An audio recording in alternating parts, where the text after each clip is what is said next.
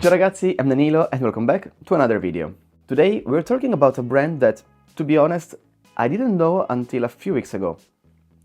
Hartwood Guitars. It's the house brand of Gear for Music, a well-known online music store from the UK. Beautiful instruments with nice finishes that cost very little but offer way more value than you'd expect. Sound familiar? Yep, kind of like Harley Benton. Today we're checking out the Hartwood 56 vibrato and let's see if it can really be considered a new rival to Harley Benton.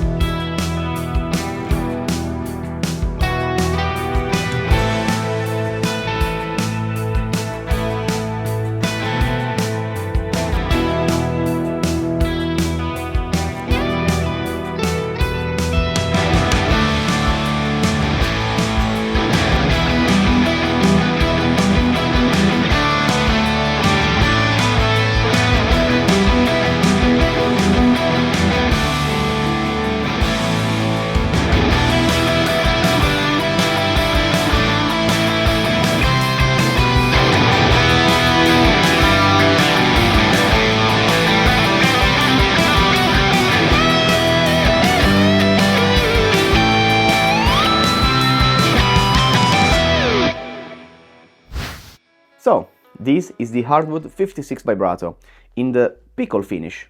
Yes, like the pickles. It's a guitar with a vintage-inspired semi-hollow design, although this one, it's not semi-hollow at all, featuring a flamed maple top, alder body, a set of maple neck, and a roasted maple fingerboard with a 14-inch radius and, yes, 24 medium jumbo frets. As far as electronic goes, it has two humbuckers with push-pull split coils, which makes it super versatile.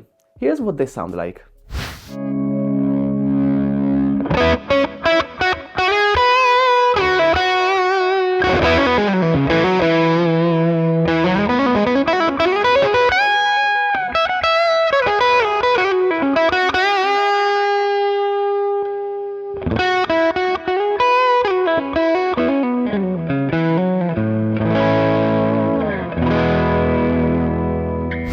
Another standout feature of this guitar is, of course, this Bigsby-style vibrato paired with a vibe roller to pneumatic bridge. Despite its vintage vibe, it actually holds tuning way better than, let's just say, the vibrola that Gibson used on their vintage guitars.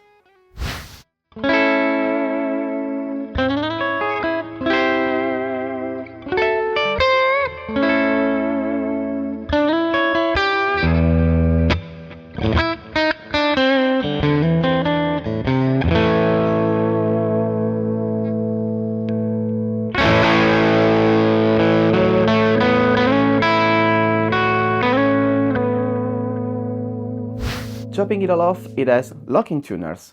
So, on paper, this guitar definitely looks promising.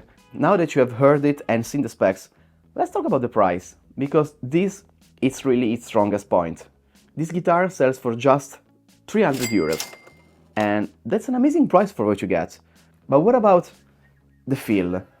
Honestly, playing it feels great. The neck is comfortable, the fretboard is smooth, and the finish is really well done. Nothing that screams 300 euro guitar while you're playing it. So what? It is the perfect guitar? Well, almost. There are two small things that I've noticed. First of all, the initial setup. Right out of the box, I had to make a few adjustments to the action and a small tweak to the truss rod. Nothing too complicated, of course, if you know your way around the guitar.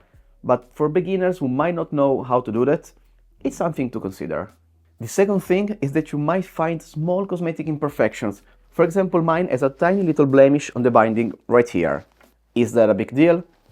It does affect how the guitar plays in any significant way? Of course not. And for 300 euros, I really can't complain. Quite the opposite, actually. Once you set it up properly, it feels great.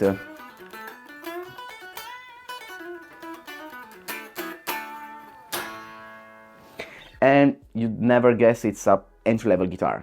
On top of that, I have to say it actually sounds great stock. I don't feel the need to swap pickups or electronics.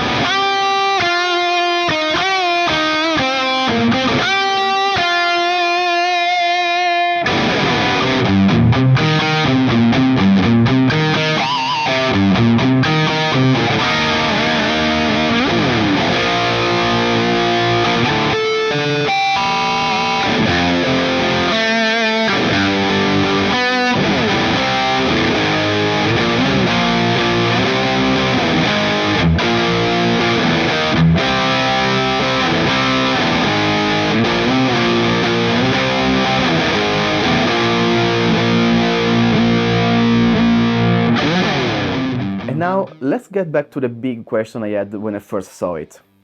Is Hartwood a new rival to Harley Benton? In my opinion, yes, to some extent. Harley Benton, for example, has been around for years with a huge range, from single cuts to multi-scales to teles and struts or whatever, while Hartwood's catalog is still more limited, offering the best possible instruments at the lowest price. This 56 really impressed me with the unique look and build quality.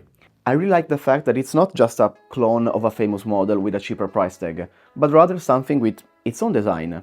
Of course, Hartwood doesn't have as many models in the lineup yet, but if these are the first steps, I think they're off to an amazing start. What do you guys think?